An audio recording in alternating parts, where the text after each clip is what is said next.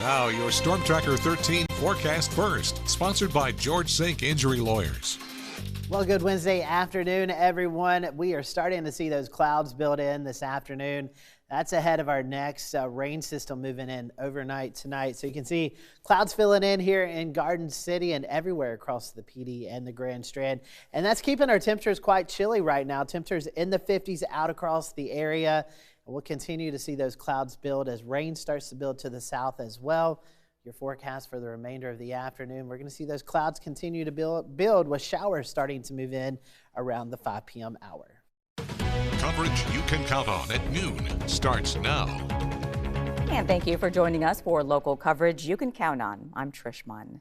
Topping headlines at 12, a Myrtle Beach Resort responds to a lawsuit filed by the Drexel family back in November. Brittany Drexel was 17 years old when she allegedly stayed at the resort during spring break back in 2009 before she was killed by Raymond Moody. Bar Harbor Resort and the Smith Family Partnership deny all allegations in that lawsuit. Attorneys for the resort say Drexel was never a registered guest there, but say she might have been friends with another resort guest. Drexel's family previously said that she was staying at the hotel without the permission of her parents. The resort is requesting that that lawsuit be dismissed and says some of the family's claims might be barred by the statute of limitations. In the Upstate, an investigation called Devil in Disguise spanned several different counties, focused on fentanyl trafficking and overdoses, and led to the indictments of more than 60 people. The state attorney general's office said the investigation covered 3 upstate counties and led to the arrest of 64 people on more than 300 charges. Those charges included everything from fentanyl trafficking to money laundering, weapons charges, the trafficking of other drugs like meth, cocaine, and heroin, and even murder. The Greenville County Coroner's Office says they had 278 drug-related overdose deaths in 2022. At least 6 fentanyl overdose deaths have been allegedly linked to this trafficking and distribution conspiracy, with 8 others still being investigated.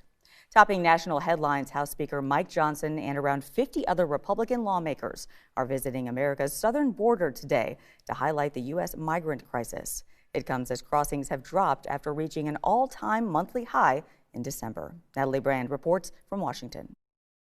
CBS News obtained exclusive access to a border facility in Eagle Pass, Texas, one of the busiest entry points in the country. It's set to reopen Thursday after being shut down for the past 2.5 weeks because officials say they did not have the manpower or resources to process the sheer number of asylum seekers who crossed the border in December. The border is an absolute catastrophe, and this is because of the policies of this White House and this administration. House Speaker Mike Johnson, who has long criticized the Biden administration's handling of the border crisis, is leading a large group of Republican lawmakers to Eagle Pass today. The Biden administration slammed the group, accusing them of hamstringing border security in the name of extreme partisan demands. We have a broken immigration system. That is the one single fact about which everyone agrees. CBS News has learned the White House is open to major policy changes on asylum law in exchange for aid for Ukraine. Over the holiday break, negotiations have continued among a bipartisan group of senators trying to reach a deal on immigration. This is very hard. We've put some really serious proposals on the table. Meantime, major cities across the U.S. struggle with the massive influx of migrants. In downtown Denver, tents line the streets.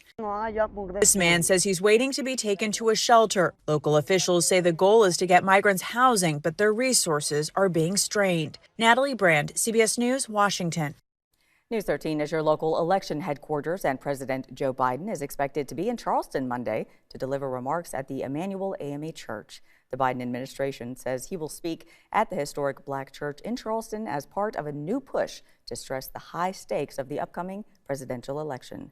The campaign describes the church as a setting that, quote, embodies the stakes of our nation at this moment, adding that Biden's speech will focus on democracy and freedom. The president's visit to the state will come just days after he delivers a speech addressing similar topics on the 3-year anniversary of the January 6th attack on the U.S. Capitol. This will be Biden's 4th time speaking to voters in South Carolina since becoming president. Biden's visit comes just a few days after Vice President Kamala Harris makes a stop in Myrtle Beach. Harris will be the keynote speaker at a women's annual retreat for the 7th Episcopal District AME Church. She'll talk about what the Biden administration is doing to help working families and how they're building an economy that works for everyone. Harris's visit comes less than a month before the South Carolina Democratic primary on February 3rd. A reminder, if you plan to vote in this primary, you'll need to be registered to vote by tomorrow, January 4th. The Republican primary is on February 24th, and if you plan to vote in that primary, you will need to be registered by January 25th. And remember, you can only vote in one primary. And today, another key Democratic leader is in the Palmetto State. U.S. Representative Jim Klyburn is in Charleston to announce major funding to prevent and address flooding along our coast. Klyburn is joining the Environmental Defenses Action Fund and local climate experts and advocates to discuss the more than $62 million in federal grants that South Carolina has received for coastal resilience. The funding was made available through President Biden's Clean Energy Plan, which Representative Klyburn helped pass. The meeting is happening at the historic gazebo at Hampton Park in Charleston. And it looks like the next GOP presidential debate will only feature 2 candidates. CNN, which is hosting the debate in Iowa next Wednesday, says only Nikki Haley and Ron DeSantis will be there because Chris Christie and Vivek Ramaswamy did not receive enough polling to be included. Former President Donald Trump is the clear frontrunner in the race for the GOP nomination and says he will once again skip the debate and instead take part in a Fox News town hall event that same night. The next Republican debate will take place January 10th at Drake University in Des Moines, Iowa, just 5 days before those Iowa caucuses begin. The South Carolina legislative session begins 1 week from today, and we're learning more about what issues may be the biggest priorities for lawmakers. This is the second year of a 2-year session, and lawmakers will be coming out of an intermission to pick up where they left off. Political analyst John Brazzini says the state budget is always at the top of the list for lawmakers, as well as infrastructure and education. Ahead of the session, state lawmakers have also pre-filed legislation on a variety of issues, ranging from judicial reform to teacher pay and gender transition procedures. But Brazzini says because it's an election year with most of the Senate and House up for re-election, it's possible we may not see much movement with controversial legislation. Again, we're entering into sort of a grand election cycle where the entire General Assembly is up for re-election. So it remains to be seen what the appetite is to take up some of the really big controversial issues. Again, sometimes we see where they maybe shy away from those in election years in hopes of not polarizing large swaths of voters. But at the end of the day, though, this could be a big year where they want to make a big splash and they really want to maybe appeal to some of their bases. The legislative session begins on January 9th in Columbia. This afternoon, we're learning how drones are changing the face of law enforcement. While it's estimated hundreds of agencies already use the technology, a small but growing number are also using them to answer emergency calls. Mark Strassman visited one community near Atlanta to see them at work and learn how police are responding to privacy concerns. This is 911. What's the address? On the edge of Atlanta, a 911 call. Check on a suspicious person. All right, launch it.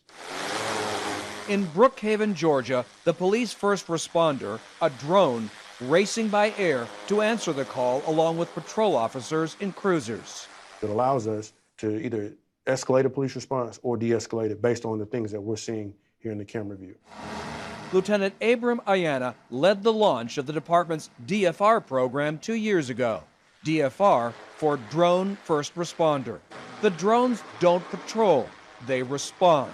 It's aerial intelligence relaying visuals about fast-changing circumstances on the ground. Murray, stop right there. To officers flying the drones and communicating with patrol units. Do me a favor, just put both of your hands on the steering wheel. Even on a routine traffic stop, the drone becomes their backup. It's a relief that I know someone else is still looking after me. I don't actually have a physical backup. A big advantage, response time. On the ground, Brookhaven police typically need 4.5 minutes to respond to an emergency call. But by drone, without having to mess with traffic, in the vast majority of cases, that response time drops to 90 seconds. The drone's there. Ayana showed us how that quick response has paid off. Get on the ground. As this officer arrested an armed robbery suspect, a second suspect inside the store panicked. They'll run out the back of the CVS, has no idea that there's a drone above them. He jumps another fence, he runs, jumps several more fences. The drone led officers right to him. And there he is appearing now. And he was captured without incident, with a fraction of the time and a fraction of the resources that otherwise would have been expended. Brookhaven's police department is young, only a decade old. This drone program might not fly in much of America. A lot of police agencies have a tougher time because they have to deal with issues around privacy and transparency. Trust. Trust is a big thing. Trust is a big thing. We don't use drones in Brookhaven as a crime control tactic, and that removes any concern for profiling or any of those concerns about policing certain areas and certain demographics differently. With a bird's eye view, suspects still can run, but they can't hide. Mark Strassman, CBS News, Brookhaven, Georgia. Very cool story. Well, the numbers are in, and we're taking a look at DUI arrests across the state as people ring in the new year. Along the Grand Strand, DUI arrests around New Year's Eve were higher than usual. Numbers show that J. Reuben Long Detention Center in Conway had 9 DUI arrests from 9 p.m. on December 31st to 8 a.m. on January 1st. The Myrtle Beach Police Department says they arrested 2 people with DUIs in that same time period. However, the Florence County Sheriff's Office and Florence Police reported 0 arrests in that time frame. Down in the Lowcountry, Charleston police officers say there were more DUI arrests this year, New Year's Eve, as compared to last year. 8 people were pulled over and detained for driving under the influence within Charleston's city limits. Last year, officers say only 5 were arrested. As for the city of North Charleston, there were less DUIs this year, but still 3 arrests within city limits. Officers say their huge presence in the community is benefiting residents. We came out early before the sun went down so we'd be seen, hoping that when they got to their destinations, they would say, hey, we just saw a lot of police out, so don't drink and drive. And we think that was the key to this is probably the best year we've ever had.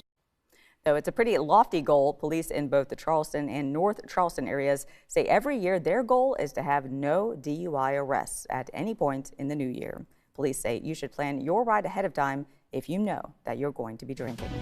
Still to come on News 13 at noon, investigators in Japan are left dealing with the destruction caused by a series of earthquakes and a fiery plane crash that left 5 dead on the runway. The latest on where the fallout stands when we return. You're watching News 13 at noon. It's local coverage you can count on. The time is 12:12.